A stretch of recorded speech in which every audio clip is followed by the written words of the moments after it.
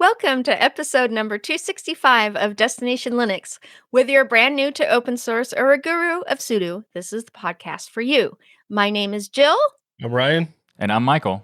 Also with us just off camera, but piped in direct from our 60,000 square foot virtual stadium, aka Jitsi Room, is our glorious community of fact-checking, ego-busting patrons. Woohoo! So on this week's wonderful episode of Destination Linux, we're going to dive into the topic, Linux is ready to dominate the desktop. Yeah!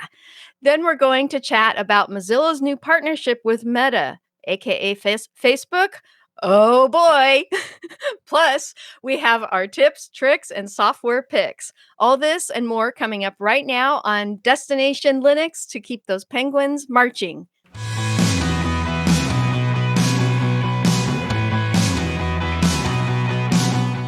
So our community feedback this week comes from Eric via email. He says, "Hey DL team, I love the show. Thanks for all you do. In the latest episode, number 263, you mentioned several community building platforms. I would love to hear your thoughts on XMPP, specifically through converse.js. Thank you for all you do, Eric." So XMPP is Extensible Messaging and Presence Protocol, and Converse.js is basically the client that you can use to host in your browser. So the cool thing about this combination that's being mentioned here by Eric is that in theory, you could set up an entire community to hang out and chat right into your website. So for Destination Linux, for instance, we could set up an XMPP and Converse.js, and instead of going through and signing up for Element or Matrix, you could do it through a browser.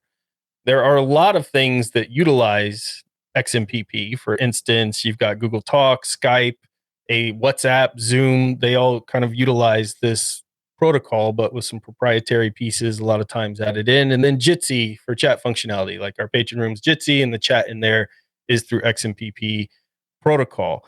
However, when I was kind of going through all of this, and there's plugins and things that you can do, I was looking at setting up my own server for this to kind of test it out some more. And you could go on Converse.js website and you can go through their kind of public instance and check it out. And that was pretty neat. But setting up your own server, a lot of the documentation in my search history, at least when I was searching through the different sites and things, seemed to be very outdated, using very old versions of Ubuntu or whatever they were setting the server up on.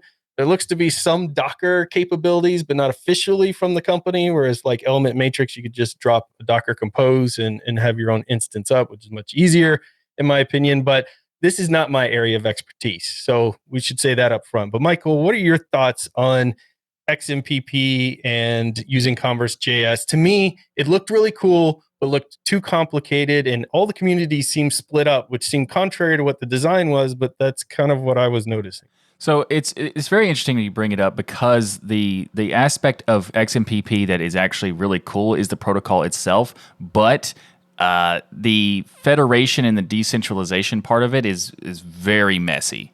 Like, the reason why it never picked up and like actually caught on as a platform that people would want to use is because of all the different implementations are so, like, the features are not there for most of them. And while technically speaking, the protocol can do a lot of those things, like encryption, for instance. Right. That's not on by default. There's no requirement to have encryption. There's no requirement to have like group rooms. There's no requirement to have most things that you would want in a community conversational or just a regular communication platform in general. They're just not there. And the reason it's not there is because it's built to be designed to be extensible. That's why the name has the extensible messaging part. It's very flexible in what you can do. But because so many different implementations exist, there is no way to really fully federate these servers. And to build your own server, depending on what platform you're using to set it up, it can be, hit or miss in terms of like difficulty. With the Converse.js, I've never tried that particular one, but it's interesting in terms of like having a web client with XMPP. That's interesting. But overall, I think that the amount of effort it requires to set these up and then also to federate them is pretty difficult, because you have to know what servers that allow federation to be able to set up the federation, and it's just not a clean experience because of the way it's built. But arguably, you could say that XMPP is maybe one of the best, if not the best, protocols for this kind of thing. but it also has some big holes or some big issues that exist. So, for example, I was talking about the implementation compliance because it's such a mess that, there's so many different implementations of the protocol. There's no way to reliably have expectation for a client to be built for any integrating any kind of server, like regardless of whether it's federated or not, you have no idea what that server offers feature-wise. Then you also have the fact that it's not optimized for mobile usage. It uses active messaging, which is the real-time only kind of style that IRC uses, which is good in terms of like when they made it in 1999, but it's problematic for mobile usage because then you're constantly having the system connected and using tons of bandwidth in order to actually stay all involved in the servers. So I do think that XMPP is cool, but I think the biggest value that XMPP offered was that protocols learned what not to do, because this was made in like 1999, and there were standards that were created by the protocol that the other standards created for variety of different types of software saw how they implemented it and how it didn't work and made different requirements. Like, for example, some stuff have different requirements in terms of like you have to have 2 different implementations to adopt something and implement it in their client or server before it's considered standard of the protocol, and rather than just one, because that means you have less likelihood to have this mixed situation where you don't know what is expected, because if everybody could just do whatever they want, it can cause some confusion about what is available. It's usable, but it seemed overly difficult. I've set up lots of servers for this network, and I am not scared to go in and learn a new protocol or learn something new to set something up. I mean, Jitsi is a lot of the work that I did for our patrons and things like that. But this, to me, it was like my eyes were glazing over when I was looking at the instructions. Jill, what are your thoughts on that? That was the same with me. In fact, I was going through, and like Ryan, I was trying to find instructions on how to set up a server and didn't. And even though I know it's based on XML, the extensible markup language, it still seemed really, really complex for XML. Yeah, their instructions were terrible, and it's Very little interesting too. documentation. One more thing I want to Yeah. mention is it looks like a lot of proprietary services use this. Why? Yes. Why is proprietary grabbing this up? Because XMPP's licensing allows them to do whatever they want, which can be good and bad. And in the case of like Google Talk, Skype, WhatsApp, Zoom, Yeah. and also like there's tons of different things that have it. Facebook Messenger has had it for used XMPP for a long time. The way the license is built, because they have multiple different types of licensing structures, but most of it all still allows them to do whatever they want. So the fact that they can create all of these powerful platforms, but create them in a silo, means that all the benefits that they made for their own stuff does not go into the protocol itself, because they can keep it to themselves. And that's why I've seen a lot of people talk about how so many different platforms use XMPP, and that proves that it's the best option. But they're all siloed, so none of the benefits that exist for those platforms actually go out to anyone else. So it kind of defeats the point of having an open federated platform when the ones that are mostly using it, like the vast majority of the time of the platforms that use XMPP to a large scale, are all proprietary silos. Yeah. I see some of the communities asking about like DynoIM. It uses XMPP and EMO for security. That's the encryption protocol that you can turn on for those. So there's a lot of different implementations that I saw of people utilizing this. So you don't have to use XMPP with just the converse.js. There's a lot of different clients and things you can use. I think the key for me is when we did that segment, we were talking about, and it's a great question, Eric. We were talking about building a community. And the easiest way to build a community, if you're releasing software, if you're doing a podcast like us, and what was the best choice there? And to me, Matrix and Element is still the answer out of all this, because it has all of the advantages of XMPP, and I can still link it all over the place, and I could still have my own servers, and I have the control, and it's just a lot easier to get people across other communities and things to communicate with us as well. So you don't just have to be a DL member in the Element Matrix world. You can search and easily find other communities you want to be part of too. Yeah, that's a great point. And also the fact that Matrix connects to XMPP servers. So if you want to, you can still use that. You can still get involved with Jabber servers and stuff like that, provided that you know where they are. Like, this is kind of weird, but I'll say it. Decentralization is fantastic, except for when it's trying to create a community and you want to have people to know where to go to find the place to join. You need a little bit of centralization. That's the biggest hurdle that you have to try to overcome in there. I would like a centralized, decentralized platform. You know, centralized place to get to the decentralized stuff. Well, Which is kind of Matrix, really. Yeah, it really is. Eric, thank you for sending the question. Yeah. It's really, and again, I'm no expert in this, so I love for feedback from the community. If there's something we're missing in that conversation, please let us know. And we love hearing from you, all of you in the worldwide community that we have. What we want you to do is get your official DLN mug, fill it with some coffee or bubbly, sit down in the nearest stool, and send us an email to comments@destinationlinux.org, or you can join the community discussions over on our forum or dlnforum.com. Speaking of setting up servers, this episode is brought to you by DigitalOcean. Now's the perfect time to dive into DigitalOcean. Their new app platform service helps you build modern cloud-native apps for way less money. With that platform, you can build, deploy, scale apps, static websites faster and easier using a simple, intuitive interface. Simply point App Platform to your GitHub or GitLab repository. Let it do all the heavy lifting, whether using Node.js, Python, Go, PHP, Ruby, static sites, Docker, container images, whatever it is. Listen, for Converse.js, I highly recommend they go release their app in the marketplace. Imagine how much more adoption they would have with the one-click app marketplace where you can have a server set up almost immediately with a single click. That is the advantage of DigitalOcean. By running App Platform on their own infrastructure, DigitalOcean keeps your costs significantly lower than other products. Plus, it's built on top of DigitalOcean Kubernetes, providing a smoother migration path.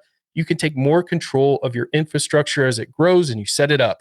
As a Destination Linux listener, this is the best part. If you go to open your browser, type in do.co/DLN, they're going to give you $100 to drop a bunch of servers. You can do a bunch of little droplets at $5. You could do one gigantic droplet.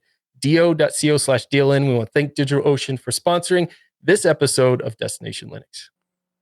So we're going to be talking about, like what Jill mentioned in the intro, that Linux is ready to dominate the desktop. We're not asking the question, is it ready? No. We are telling you we think it is ready for sure. So 100%. Let's talk about why we think that. So from the Linus Tech Tip videos to the Valve using Linux as the main OS for their new gaming console, the Steam Deck, there is no doubt about it. Linux has grown in popularity. However, as Linus videos show, there may be some paper cuts and stuff that still exist, but that's computing. There's always going to be something, right? But that's what we want to talk about today. We've taken over the server world. Linux powers most of the internet. It runs all the top supercomputers in the world. So what's still needed for us to take over the desktop as the final frontier of what Linux can do? So we're going to start the discussion off with the Linus Tech Tips Linux Challenge. And I made some reaction videos for this challenge. If people want to know, see my opinion in full in-depth sort of stuff, we'll have that linked in the show notes for that. But Ryan, what is your take on the Linus videos? First of all, I love your reaction videos, but your thumbnails especially are some of my favorite because you have him and you facing off for the discussion. I just, I actually just showed up the thumbnail too, as you mentioned it. So that's nice. That's perfect. Oh, cool. So Michael does all the thumbnails for my channel. Well, not all of them. All the ones you see that are good, those are Michael's. All the ones that you see are terrible, those are when I do my thumbnails. And Michael's got a very good talent at that, and he gets embarrassed when I do a thumbnail and fixes them for me. I never did a reaction to the Linus videos. I've talked about it to you, Jill, and Michael, of course. But overall, I think they were really good. They demonstrated some of the issues that we take for granted as experienced users. When I did the 30 Days of Linux challenge back when I started Linux, I knew nothing about Linux, and this community swallowed me up and made me part of the family, like Borg, I guess. I'll be assimilated. When I did that challenge, one of the things I think was unfair that he did in those videos, when I was doing the challenge, I made sure to do research before I was going to do a video. Absolutely. Just like I did when I started with the Mac OS videos, and I had no allegiance to Linux at all. I had never used it. If you go back and watch those videos 4 years ago, I'd never used it. I'd never used it as a desktop. I was very unfamiliar with it, but I at least tried to do enough research to know, because I understood I'm going into a different environment. just like a Windows user going to Mac. You're going into a different environment. Your control copy, control C, control V, those things aren't going to work on a Mac.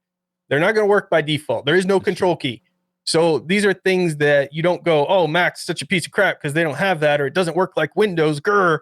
You go, hey, that's a different environment. I'm going to do some research on that. And so that was what frustrated me about the videos is he wanted to go about it like, I'm not going to do no research or anything, and I'm just going to go in here and start playing and try to learn it. And then he expected it to be like Windows. And that's what we have to get clear, I think, to people out there is that when you go to Mac, nobody expects it to be Windows. And when you go to Linux, we need to have people stop expecting it to be like Windows and stop expecting the experience to be the same because it's not. And that's what I would like him to have done differently in those videos. And I think there's a really good point in the latest Hardware Addicts episode where I was working for a friend on the Mac trash can, which ended up being a really, really difficult situation to get fixed. And there were a lot of things that went wrong. But there were so many, people look at Mac and say, oh, it's so easy. There were so many things that I had to do that were so backwards in order to get this repaired. Like going back 6 OS versions so that I could get a firmware package in one of those OSs out there, because they're not going to give you that firmware package if you're on the latest OS. You have to go back and slowly upgrade all the way up. There were dumb things like that all over the place that caused me hours of time. But at the same time, in my head, I'm like, it's a different world. It's a different environment. They all have paper cuts. So that's my view on his videos. They were good. I think they exposed some things that really do need to be fixed, but I think it was unfair how he went about those videos. Yeah, and I do think that there was a lot of stuff that was fixed thanks to those videos. So that is good. But I think it's a great point about this is a completely different platform, but he was expecting it to be like Windows. And I think there is, to some degree, a valid thing that some things should be similar, but expecting everything to work like Windows is just not fair at all. Ridiculous. But there are some, there are some great points that Linus made in the videos, and I do think that there's a lot of benefits from it. However, the whole thing about Linux and the expectations that people have with it, it actually annoys me because, like you were talking about with Mac OS, people don't go, oh, Mac OS is not Windows, therefore it's terrible. They actually kind of praise Mac OS for being different and punish Linux for being different. Like, it's kind of weird. Well, and more different. Linux is more different. Yeah. And if software doesn't work in Mac OS, they don't go, man, Mac's junk. They go to Adobe or whatever and say, hey, this software needs to be working on Mac. And it's not like Mac OS isn't capable of running it. They don't make it compatible. And this is especially a big deal with the M1 because in the recent videos I did with Mac, for instance, there's a lot of software that doesn't work out of the box with the M1 yet. There's a lot that does. They did an amazing job. Don't get me wrong. But there's still a lot of stuff that doesn't work. But people they're willing to be patient and deal with that. But Linux doesn't get that same treatment. Not only from its own community, it doesn't get that same treatment, but it doesn't get the same treatment from outsiders as well. And I think that's where we as a community could really help. Number one, set people's expectations. Instead of saying, oh, let me get you this distro that looks just like Windows. Don't set their expectation that it's going to be just like Windows. Treat it like you would treat somebody you were moving from Windows to Mac. Yeah. That's my thought. Absolutely. I like that. And also, number two, make sure that you're giving them something that is beginner friendly. Don't just, because you like it, don't just give it to someone just because it's your preference. Make sure it's a thing that's good for them. What about Arch? Especially Arch. Especially don't do that. Not talking to you. So, Linux has always been perceived as actually the hacker OS that requires the use of a terminal and thus hard to use. It's from the early years and then in the 90s, that was the perception of Linux, which the accurate perception. It was accurate back then. But by the time the 2000s hit, especially the mid 2000s, things started changing. Mm-hmm. And that's one of the problems is the average consumer doesn't think that Linux has an easy to use interface. They're still stuck in the old times and that Windows and Mac are easier to use. And yes, as Ryan and Michael were just saying, the comparisons to Windows or Mac has always been there, but Linux does need to be taken on its own merit. And one of the important points of all this is people forget that they had to once learn how to use Windows and Mac OS. and stop Yes. complaining about learning a new operating system, Linux, because they once had to learn Windows and Mac, and they have forgotten that because it was so Wrong. I was long born with ago. 3.11 on the brain. I just knew that Windows right off the bat. Yeah, That's a good point, Joe. it's a great point. I mean, there's a lot of people who don't think about, like, they're talking about how it's so easy to use Windows. Like, no, it's not. If you started with Mac and you switched to Windows, it's Yeah. going to be just as painful as anything else. Maybe even Exactly. more so, because you're learning a whole new paradigm for everything. Yeah. So that's a great point about that. Yeah, and the nice thing also with Linux is you can give someone a desktop interface that looks like Windows or looks like Mac OS to help them with their transition. So, Michael, you made a bold claim at the beginning. You said it's not a question, is Linux ready for the dominating the desktop? It is ready. Why do you say that? Why do you say it's ready now? A lot of people might disagree with you. Well, so the question about whether or not Linux can do it is what I'm looking at that question about saying it is ready. Is it there right now? Not really, because it's mostly the lack of certain types of software is really the only barrier that exists. In my opinion, I think that as that software was available, Linux would easily be the choice for everyone. So, because it already accomplishes all the other tasks. I mean, it even does gaming better than Windows does Yeah. on Woohoo. Proton, which is compensating for what Windows has and doing a translation layer, and still Yes. has better Still performance sometimes. Yeah. That's how much it is ready. Now, that's not to say that the applications are already there and it's currently at its point where it could be instantly, just flip a switch. No, but the only thing that, like I said, is like Adobe products or any type of insert whatever industry is not available for Linux. That's the only thing that stops Linux from being the dominant force. And there are people who are looking into it more and more thanks to the popularity changing with Linux, and that's awesome. But I think that there's so much potential. Yeah. So Linus himself, as I understood it, and I was looking into this earlier today, intended Linux to be a desktop operating system. It wasn't built for just servers. Yes. So that's its intended use. And yes, we've dominated everything else around the desktop, but I think we can still take the desktop on here. But he also mentioned later in an interview that he felt one of the things that keeps Linux back from being adopted as a major desktop is that it's not available in the stores on most hardware. Now we have the Raspberry Pi. We have companies like Dell and Lenovo who have now made Linux versions online. But when you walk into a Best Buy or a Micro Center, you see the beautiful booths that Apple sets up. You see the beautiful booth that Google sets up with the Chromebooks. And they both have spent a lot of money, at least in my local Best Buy and stuff, having these brilliant displays. And you see the Windows section, but you don't see anything Linux. I mean, you could make the argument with Chrome OS, but to me, Chrome OS is Linux with all the things that make me like Linux not included. Yeah. So Yeah. I'm not a Chrome OS fan, as a lot of people know, but Like Chrome OS is Linux minus, typically Yeah. plus stuff. all the foundational reasons why I use Linux for privacy and everything else, the Google Chromebook takes away. But in any case, it's at least there. There's something there. The Raspberry Pi, I'd say, would be the closest thing that's in most stores. But what do you guys think about that? The fact that we don't have that hardware on the shelves, and how do we fix that? I mean, we talked about Manjaro last week, doing some partnerships and things, but again, it's not on the shelves in stores. I know we're so close because we've already got the major suppliers, with Linux installed laptops and workstations that you can get online. So we just need someone like Dell or like HP to bring it to the consumer market.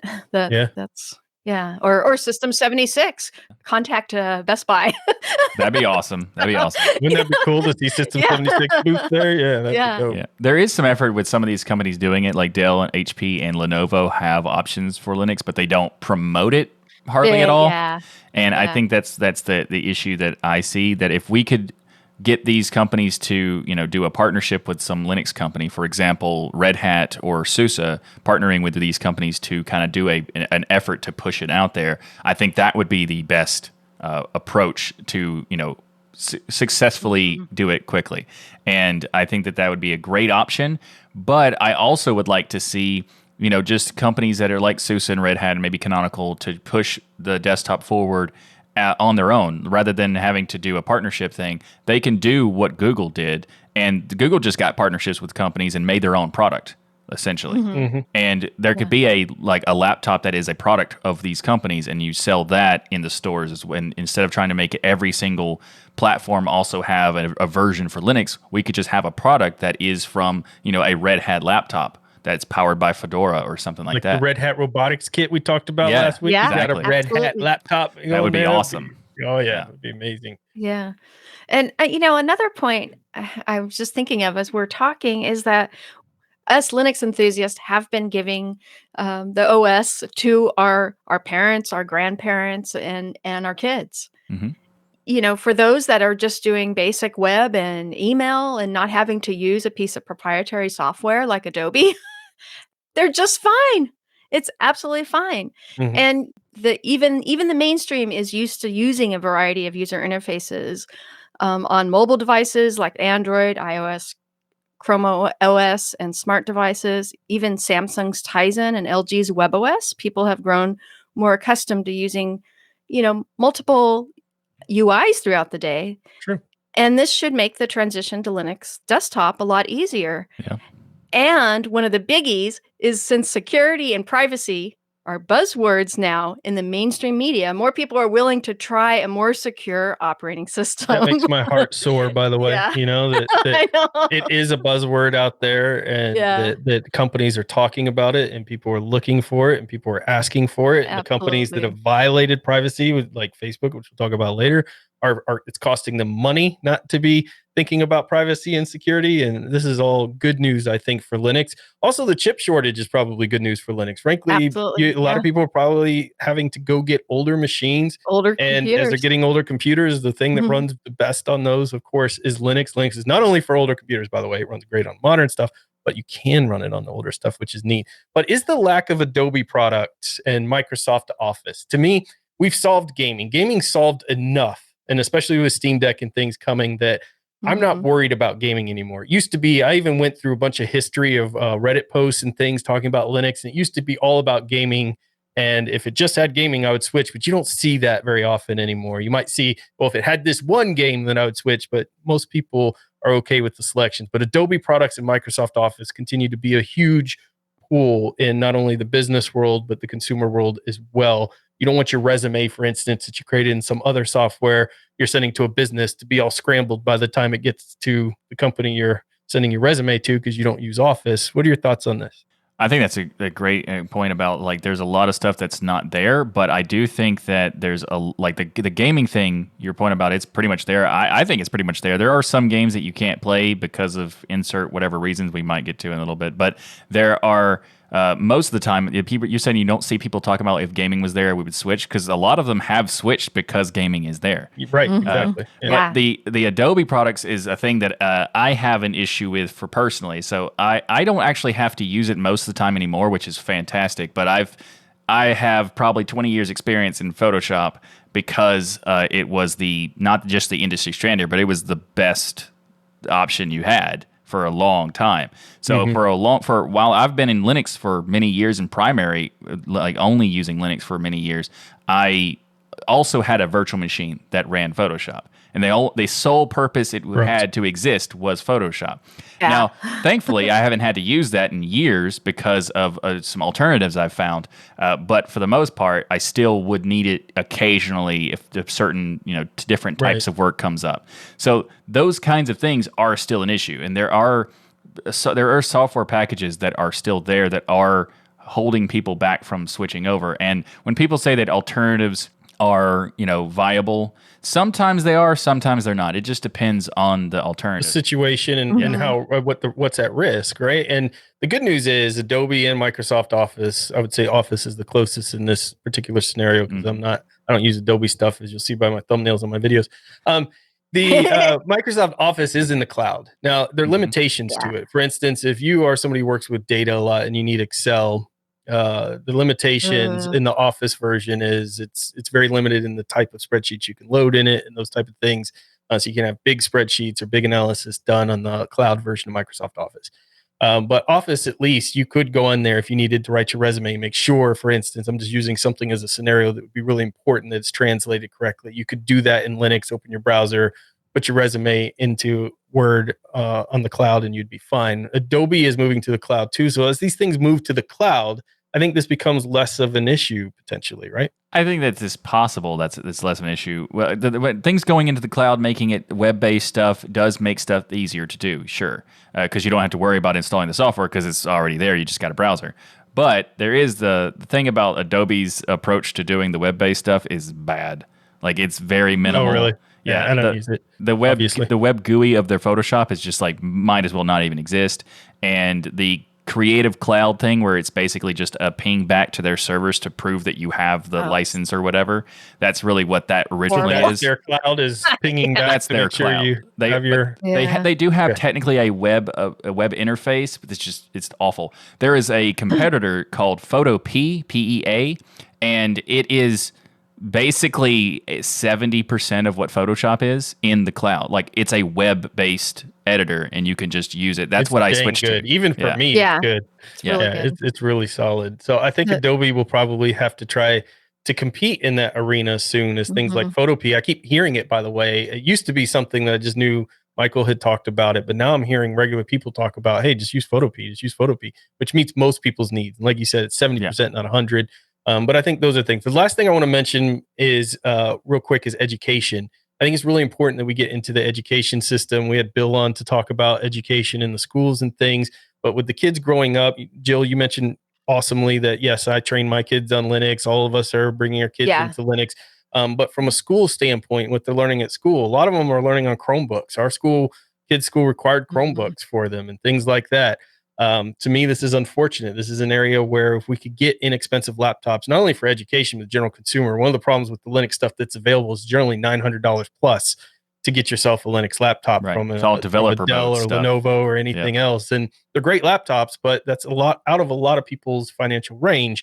So I think we do need a low cost option, kind of like a Chrome, but it actually has the fundamentals of Linux that we want, that we use from that aspect. So what do you think about education? Yeah, there is now with my students are high school and college students. So I'm teaching them, the Linux desktop and using, Blender and DaVinci Resolve and Krita and whatnot. And so they're learning Linux, the true Linux desktop, not Chrome OS. Because I'm with older students. So no Chromebooks in my class. And you find, Jill, that they're very adaptable to Linux. So you don't have any problems with them being Well, I always teach them, particularly in the film industry, it's all Linux. All animation is done on Linux, whether it's Blender, Maya, Modo, it's all Linux based, and not just on the server side, but on content creation as well. So I want them to learn what Pixar and Disney and DreamWorks are using.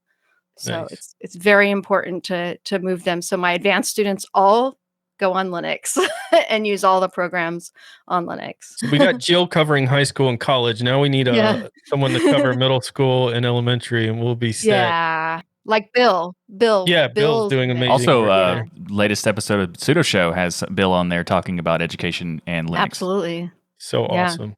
Now, we can't let Michael off the hook here, Jill. There's Michael. a topic that I need. It's the need for speed. It's the need for speed. It's the need for Michael to finally get angry on an episode of DL. Like, if I do it, Michael will get super angry. So, Jill, bring this up to Michael. Okay. So, Michael, is Tim Sweeney right when he says the Linux desktop is too fragmented to support? No, he's definitely not right. This is an interesting topic. I do think that it's. I guess it's good that we're covering on the show. I realize that it is just to annoy me, but I do think there is some value to at least addressing it. So Tim Sweeney said a bunch of stuff recently that most of which I could not agree with in any way whatsoever. A couple things he said that has a little bit of merit, but then he completely negates that. But so he says in a quote, Epic would be happy to put Fortnite on Steam. We wouldn't be happy to give Steam 20 to 30% of its revenue for the privilege of being on Steam. Supporting the Steam Deck hardware is a separate issue, but the market for non-Steam hosted games on limited availability for Steam Deck hardware is how big exactly. So he's basically just making fun of the idea of putting it on Steam isn't big. because he thinks that Steam Deck is not a very big platform, even though, what was the number, Ryan? What did they sell the first day? The first day was 110,000 units. Yeah, I think that might be a significant market, Slightly. But someone asked him on Twitter if is Fortnite coming to it because of the easy anti-cheat stuff, and he says that Fortnite, no, but there is a big effort underway to maximize easy anti-cheat compatibility with Steam. So it's kind of like, why if you're putting in the effort for EAC to work, why are you not also putting the effort for Fortnite that uses EAC to work? And he had some comments about the kernel modifications and saying that you would need to do all these things. But the way that he's looking at it is kind of interesting because Windows requires those kernel modifications stuff. But Linux doesn't necessarily need that to do anti-cheat stuff. You can do that without doing the kernel modifications. But there's also ways to check if a special kernel module is added, and they could do their own kernel modules themselves. So they could do all these sorts of solutions that are totally practical for this. But to say that Linux is too fragmented, I would argue, well, one, you could just choose the distributions that have the latest kernels that have support for the things that you need, and to say, the other ones are too old and we can't support those. That's better than nothing. But even at the very least, you could still support SteamOS and the Steam Deck, because that's a single platform. Not and Arch. It'd be a little bit different because they move at different speeds. You're right, Michael. They should support Arch. I agree 100%. Tim, support Arch. They move at different speeds. So SteamOS, while based on Arch, would not be the same as supporting Arch because of the speed difference. But, okay, sure. Anyway. So the thing about Tim Sweeney is that people have mentioned this many times this past week about he's out of touch. He's made out of touch, but making a big fuss about him not supporting Linux and stuff like that. And to me, I was like, oh, I'm more surprised when he does support Linux. Like, I'm not surprised when he's anti-Linux. I'm surprised when he does. In the EAC announced they were going to have some Linux support in Proton. I'm like, oh, really? That's shocking. Or Epic Games announced that they're going to do a grant to Lutris. That's shocking. Yeah. All these things that Epic Games does for Linux is more shocking because in 2018, he made a tweet that was so ridiculous and absurd that it blew my mind, saying that installing Linux is sort of the equivalent of moving to Canada when one doesn't like U.S. political trends. What? Like, what? Okay, for one, you can't live in both countries at the exact same time. Your physical body can't do that. But you can dual boot a machine. So that's super weird even by itself. But there's so many different problems with that statement because you can make a change on your system and still have access to other things. Whereas moving to a different country is a bit of an extreme analogy that really falls on its face. Tim quickly. Likes to do a lot of this, and then he thinks, and then I see him come and do something like a grant to Lutris and stuff, which is cool. But he moves his mouth a lot before he actually thinks and really considers and ponders something. And I hope it's a trend that changes, because while I don't think that Epic Games' current lineup like Fortnite is necessary as it was at one point, I mean, I think it's starting to lose some of its popularity, at least based on my kids' interest in things. I think Epic Games can create some really good stuff out there. And I would love to see Tim Sweeney do a little more thinking, a little more talking with the community and Linux and the developers and see what's out there, more talking with Lutris, more work with Lutris before running his mouth on Twitter and things, and more understanding the gaming market would be important for how popular the Steam Deck is. Yeah, that would be probably a pretty good idea. Especially Epic Games talking about how they're doing stuff for the gamers, and then they also create exclusive deals on their own store, which is the exact opposite of benefit for the gamers. Yeah. That's a little bit messed up, Epic, Yeah. But the same thing is kind of applies to the way that they're treating the store, because they talked about how it's fragmented for Linux and it's not worth the effort. Well, SteamOS support with the Steam Deck, that is clearly a good platform to do it, even if it's the only one you do. So to argue anything, that's kind of ridiculous. But the real key point here is that they wouldn't be happy to give Steam 20 to 30% of its revenue. That is really the key of why they're not supporting Exactly. it. Yeah, 100%. Yeah. Really, it boils down to they don't want to share revenue, and fair enough if you don't want to do it, but you could at least support, have a agreement with Valve to create the functionality of at least doing it. And if someday you could because you can install flat packs inside of the Steam Deck, so maybe make the heroic game launcher is what you can install the Epic Game Store with right now. There you go, But Tim. What you need to do, Tim, is just get with Michael. Just get with Michael. Yeah. He'll sort all this out. Jill, you did a good job. Somehow Michael didn't turn red. He didn't turn 3 shades of red. When you bring up Tim Sweeney, it could really get Michael worked up because they messed with his baby Rocket League. I know. Rocket See, League. that's why you didn't bring up Rocket League. Yeah. That's why I not an didn't do entry. it. They didn't. He's messed with my baby too, the Unreal Engine. Yeah. Because it started on Linux. They were giving it full support, and it does work on Linux, but they were working on a better installer, and it never saw the light of day, which is really annoying because companies like Pixar and Disney and DreamWorks are using the Unreal Engine for their TV shows. Talking about gaming, kind of wrapping this up, like a few years back, I gave Sony some free advice on this show. That advice would still to this day be a huge game changer, in my opinion, for Sony. Microsoft is buying up all these studios. Sony is buying up some of these studios. Microsoft has no exclusives anymore. They announced that with the latest Xbox, right? When they say that, what they mean is that their particular games will always work on PC and the consoles. Yeah, Windows and Xbox. No exclusive Windows and Xbox. Xbox. But And still then they have exclusive to Microsoft. They still have their Game Pass, which is probably one of the best deals in gaming. I know a lot of even my patrons and things, we talk about privacy and security and stuff, but the Game Pass is such a good deal. A lot of them can't pass it up. You can play any game you want for one small fee. It's a really solid deal. Sony doesn't have anything like this. Sony needs to make Linux, like Valve has, its official operating system and have its exclusives launch on Linux so that you get people away from the Windows thing. It's a true competition there. So imagine Gods of War and those Ratchet and Clank and those exclusives are now only available on Linux. So if you want to play Sony games, you're on Linux there and you create that same type of subscription service.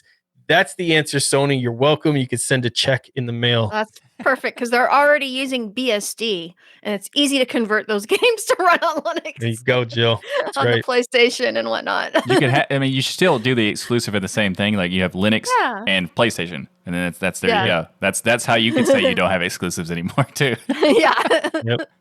But I think that's great, and also it's kind of in the same like there's something I've been thinking about recently about how Windows exclusives are kind of weird that all these different developers and these game publishers will put games only on Windows, and then give them an exclusive for nothing. Yeah. Like there's the whole battle between PlayStation and Xbox was you get an exclusive, but you get paid to have an exclusive on that platform. But they're just giving it for free to Windows. Why not just make another version for Linux, or in case of Sony, focus on Linux? Like Ryan was said, I always think that it's great because why at the very least charge Microsoft for making your game on Windows if that's possible, right? Listen, we went the full gamut. Of course, we're nerds and geeks, so we talked about gaming a lot. But the answer is, I think there's more work to be done in Linux. However, for most users out there, if they approach Linux like they would approach any other operating system, Mac OS, Chrome OS, anything else, Linux is ready to go. Get Absolutely. your family, get your friends, get people on it. It's ready to rock and roll. We use it every single week to produce shows, to write shows, to do art for shows, to do animations, to do graphics, to do video editing. We do it all in Linux here. And so I think it's ready to go. Yeah, absolutely. We're for most people, it's ready to go, just like Ryan said. And once those little bitty pieces were fixed, it's ready to dominate. Mm-hmm. I like it. Yes. Woohoo! Jill, say dominate in a really angry, like announcer voice. Dominate. Dude, Linux Extreme.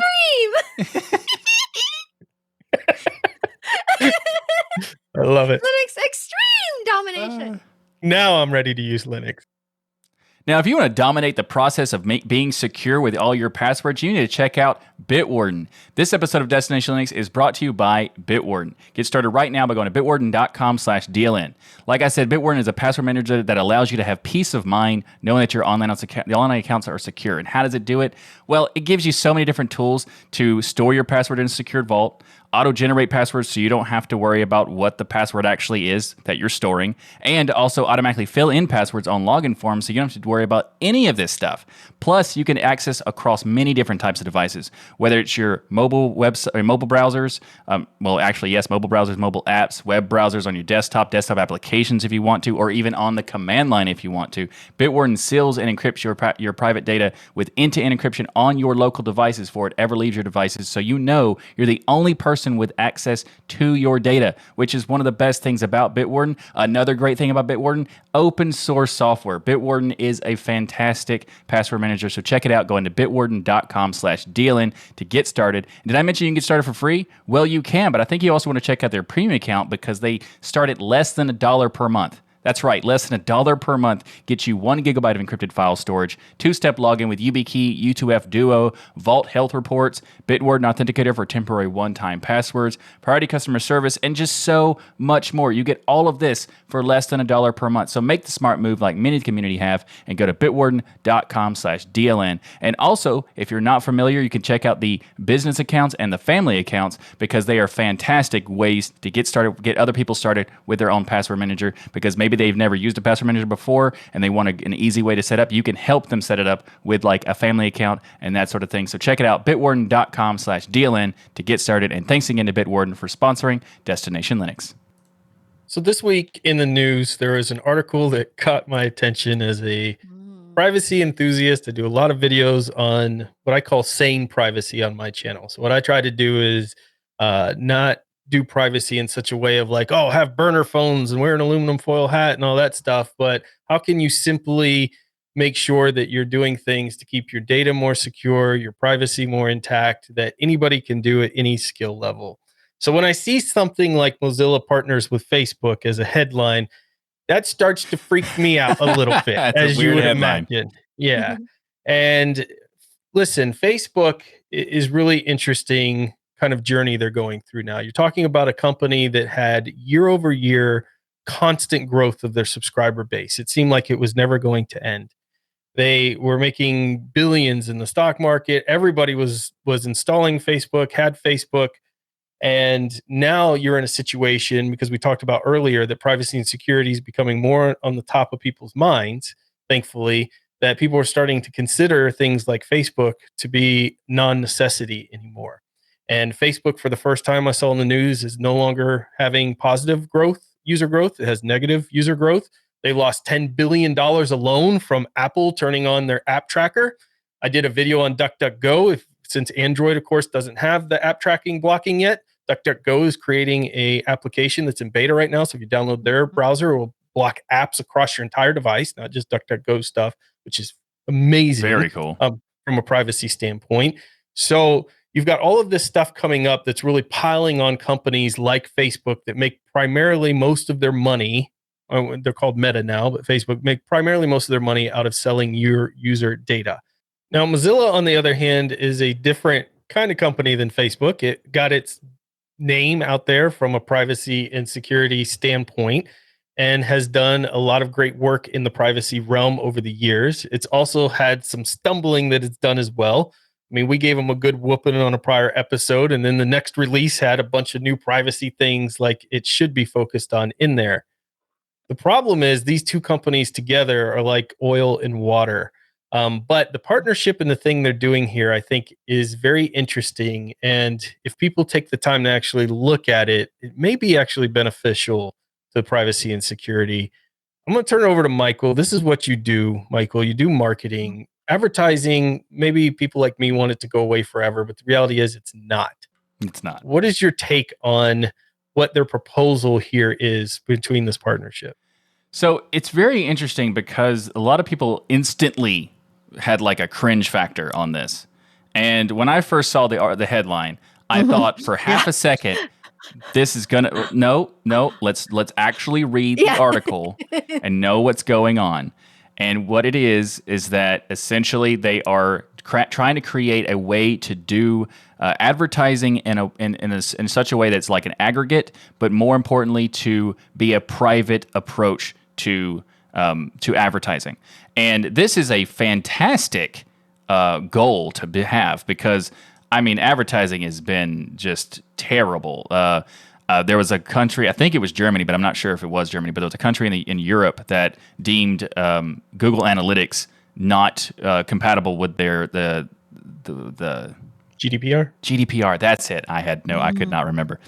The GDPR. And that is a very important thing because Google Analytics is now sending out, or Google is now sending out emails to businesses trying to get them to, send messages to their governmental stuff, whether it's the US or Europe or whatever. And they'll basically your business abilities are going to change if you don't do something about this and let your senators know. And yeah, but it's basically saying, we won't be able to show you relevant ads anymore. Oh no. We won't be able to track everything you do online. Oh no, that's horrible. But I think that overall, what Firefox is, or not Firefox, specifically Mozilla, it's not necessarily the browser, but what Mozilla is doing with this effort is super interesting. And it's not exclusively a Facebook Mozilla thing. They're trying to get more parties involved, which I think would be great overall to create this approach. Because for me, advertising is never going to go away. When it first started happening,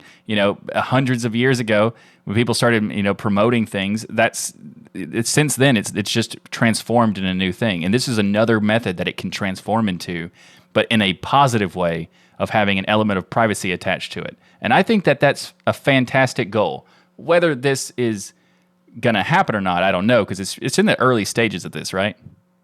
Yeah, it's in the early stages, and they are submitting this to a third-party privacy advertising technology community group for the proposal that they're doing on this. It's kind of based on Mozilla Firefox's Prio that they were doing, which is kind of this aggregated telemetry system that they're trying to build.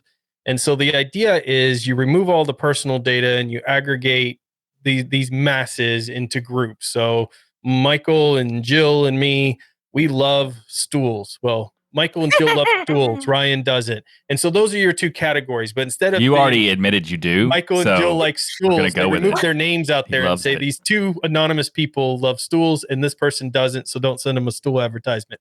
So that's kind of the idea. Except in Ryan's case, do send it to him because he just admitted that he loves stools.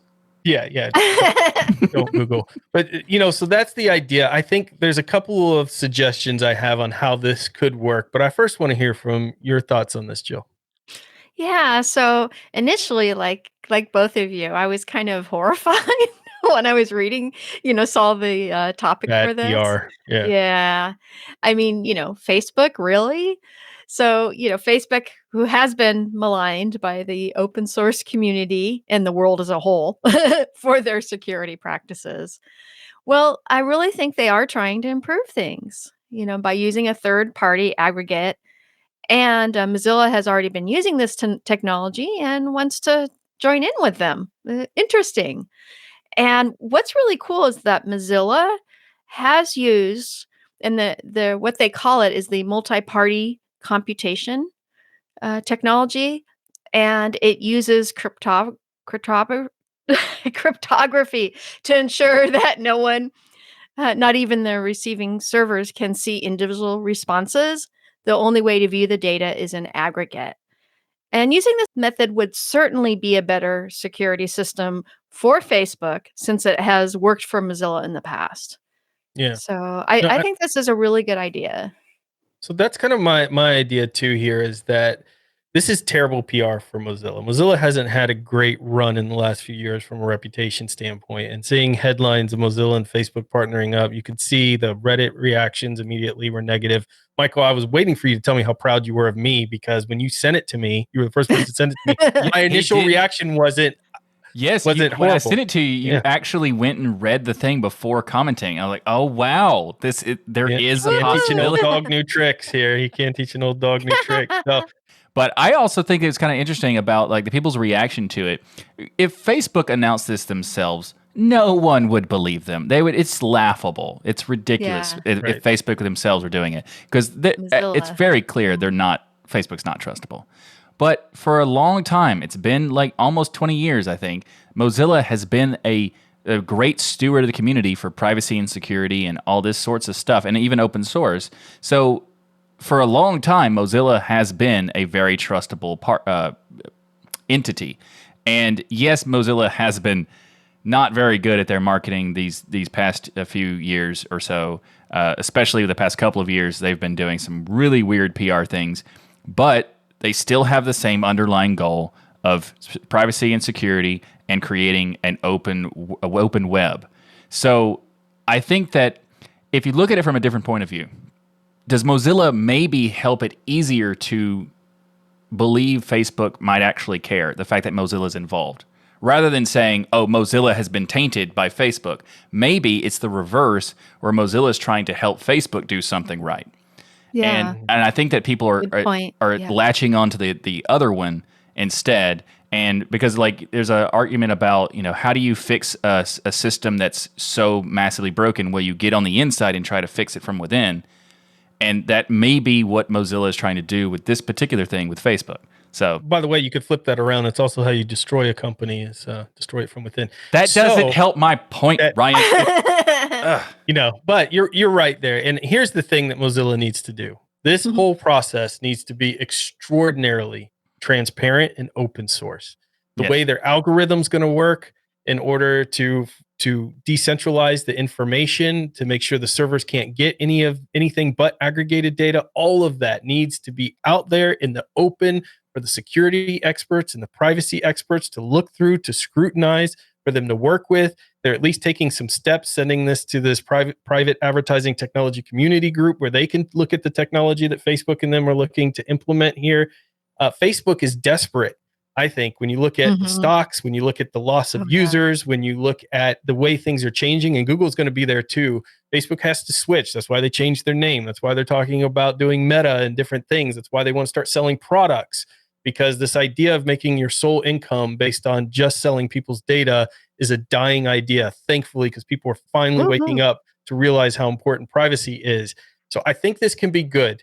My advice here, and I know people at Mozilla listen to this podcast, you got to make this transparent. And I mean really transparent, every element of it. And then this will be a huge win for you, because you'll be the company that helped turn one of the most hated companies in the planet around, potentially, into doing something good. Yeah, absolutely. That's well a fantastic Ryan. point. Yep. So Jill, take us into some gaming now, something a little happier, less privacy focused. What's going on in the gaming world? So does the Mozilla partnership with Facebook have you down? Yes. Look around. So you would probably rather spend hours shooting mean aliens from the comfort of a spaceship, or maybe Michael and Ryan in another spaceship? Why would you want to shoot us? We're beloved by the community. She's saying she wants to dominate. Yeah. Extreme. So then we have a new game on Linux that is launching, very, very soon for you to look forward to, called Guntech 2. And actually, this is really cool. So if you love the old school space shooters like R-Type, you're going to like Guntech. On Steam, the game describes itself like this. Guntech 2 is a return of the good old cave flyer shoot 'em ups genre. It's a twin shooter influenced by such classics as Thrust, Oids, Geometry Wars, and Asteroids Extreme that we talked about a few weeks ago. That's where that came from, wasn't it? Oh my God. It is. We did full circle. So you can play in single player mode or couch co-op with up to 4 of your friends. And what's really cool is the game hasn't come out yet, but it's supposed to be released very, very soon. And in the trailer, the graphics look really beautiful, and the bosses are actually really big and epic. Big R-type bosses that fill up like half the screen that you're shooting at with your spaceship. Ones that are easy to see, which I like. And there's a giant eel-looking creature and a big creature with horns. and a huge dragon. Yes, a huge, beautiful dragon in space. Oh. So, what's really cool is the story. It actually says on Steam, you fight alien life forms, rescue scientists, deliver vaccines to combat a deadly pandemic. The asteroid belt is filled with wild space aliens, many of them results of failed human experiments to Ooh, like create Michael. life that survives in space. You will even find a dragon in space. And So this it's is just like launching fun. day one on Linux. So Yeah. see, Epic, it's possible. Even a small Yeah. studio like this could Yeah. do a day one release on Linux. It Imagine is that. possible. Wow. Wow. So yeah, so no price actually is listed yet on Steam, but add it to your wish list and get notified when it becomes available, like I have, because I want to play this game. Yeah, me too. It looks so cool. I loved R-Type. That was like one of my Yeah. go-to games back in the day. I loved the big bosses fighting in a spaceship, destroying a bunch of failed human experiments I call Michael's. It's just absolute amazing. So Jill, earlier in the episode, we were talking about Eric's email and he Yes. mentioned XMPP and to show there's no hard feelings and that we like XMPP, the software spotlight I picked here is XMPP related. Woo. And in celebration of the fact that Michael didn't use any profanity when we were talking about Tim Sweeney, Yeah. the Good app job, this Michael. week is called Profanity. That's the spotlight. The segue right there. There you go. Yeah. So Profanity is a console-based XMPP client. You install the application and you type profanity in your terminal, not actual profanity. You type the word profanity The word. in your Okay, terminal. got it. Got it. Don't just pick any profanity out there. It won't work. So the actual word profanity, and then then you could just do like a /connect user at the server if it's XMPP based, and you're going to connect, and you have a terminal based XMPP client, which is pretty cool. Nice. If Really you awesome. if you want to use XMPP, even though based on the conversation we had earlier, it might not be the best top. But yes, Profanity is something to check out. It's pretty interesting. Profanity, something to check out. It's an interesting name, and there's no way to Yeah. not use that name in a weird, It is jokey such way. a good name, isn't it? Yeah, so Yeah. all right. So anyway, Check out Profanity, people. and that was a lot of profanity talk right there. All right. Yeah. So, up next in the show, we're going to do the tip of the week, and that is we're going to talk about xargs. So one of the most powerful commands you can learn in the terminal is xargs because you can basically take arguments from one command and send it to another. So for example, if you want to have a file list, you could do echo and have echo and list the files out. Then you do a pipe symbol, which is the line, the large line that's called a pipe for those who didn't know that. And you can do xargs touch, and it will basically create a file with those right there. You can also do another approach by deleting files. So you could do a find command to find all the files, then pipe xargs rm, and then you'd be able to delete all the files that are listed in the output of the first command. So it just makes it possible to take the output of one command and then create basically using the arguments to create more complex commands that you can do for if you want to do any kind of scripting. This is a very powerful option to use. I mean, I've done xarg stuff for all sorts of stuff, like the way I do the production for the show and do the editing. I have a special script that uses xargs to create new files based on the OBS structure as well as the Kdenlive stuff that I do, because Kdenlive is powered by XML, so you can go in there and tweak it however you want to. So I use xargs to do that. And while it's not the most straightforward way of doing something, it does accomplish it very well. So if you want to learn more about that, we'll have links in the show notes for more details. So Hands hooked us up this week with some conferences that you should be getting yourself prepped for. We have FOSS Asia, which is in April. That's a virtual conference, April 7th through the 9th. We have Linux Fest Northwest, which is also virtual, April 22nd through the 24th. We have Linux App Summit, also virtual, April 29th to 30th. The advantage of the virtual is you can join from anywhere in the world and take part in these conferences that you may have never been able to attend anywhere before. in the world. Although, be clear, the FOSS Asia thing, the timing, depending if you're in the U.S., that schedule is going to be you might want to take brutal. some days off work. 18 hours difference. Exactly. Yeah. And then Scale, which is in person and live streaming and VODs and on YouTube, is July 28th through 31. So Scale's like, hey, we're just going to do everything. Yeah. Kind of like our show, I guess, in a way. Yeah, So that's pretty cool. So a big thank you to each and every one of you for supporting us by watching or listening to Destination Linux. However you do it, we love your faces. And we're here every single Sunday, even when there's a big baseball game going on. That's what's happening today, right? Exactly. Yes. Baseball. Exactly. Yeah, even when there's big Sport games. ball. I think it was. And it No, does I think it have was leather on the soccer. ball. I think it was soccer. Yeah, Maybe it was soccer. Okay, the It big was soccer game something. today. We're still here Something. live instead of watching the big game. We're here with you every single Sunday. Everyone's invited to come watch the show. We also have our glorious patrons, which get perks like unedited versions of the show, and they get to hang out with us in the patron post show. And they're right here in Jitsi. They don't have the delays and stuff in YouTube. They got their own chat room going on where they can make fun of us, and we have to look at it because the patrons, like they got all kinds of cool stuff going on there. Yeah. Yeah, exactly. And you can also become a patron by going to destinationlinux.org/Patreon or /sponsors and sign up to do that. And you get access to the patron post show as well. We do it every single week after the show. And in this particular case, we're going to call this post show the Mega Bowl because for you can't use reasons, that other word or we you get can't use sued. the other word. But yeah, right. Yeah. So this one. Mega Bowl. That's good. And also, if you'd like to support the channel and the show, you can go to dealinstore.com and pick up some swag. We have t-shirts, hoodies, mugs, coasters, stickers, so much cool stuff at dealinstore.com. You can pick out all this. We actually have a new vendor now, which has much higher quality products. So excited about that. You can check it out, dealinstore.com. And make sure to check out all our wonderful shows here on the Destination Linux Network. We have the Pseudo Show, This Week in Linux, the DOS Geek Channel, Linux Out Loud, Hardware Addicts, GameSphere, and put your cowboy hats on and join us on our Saturday Linux user group, Linux Saloon. Woohoo! Yeehaw! Yeehaw! So everyone head to destinationlinux.network and subscribe to all these great shows. And don't forget to leave a rating on your favorite app. Click that little star or the little thumbs up. Make sure the stars, the 5 stars. Always 5 not stars. just the 1 star. Absolutely. Yeah. Absolutely. If you're thinking 1 star, don't rate this. Yeah, don't even rate it. Don't bother. Absolutely. It's 5 stars. That's the only thing you should touch on those rating systems, the 5 stars. Yeah. Unless they're out of 10, then 10 stars. It depends. Yes. Maximum. Extreme.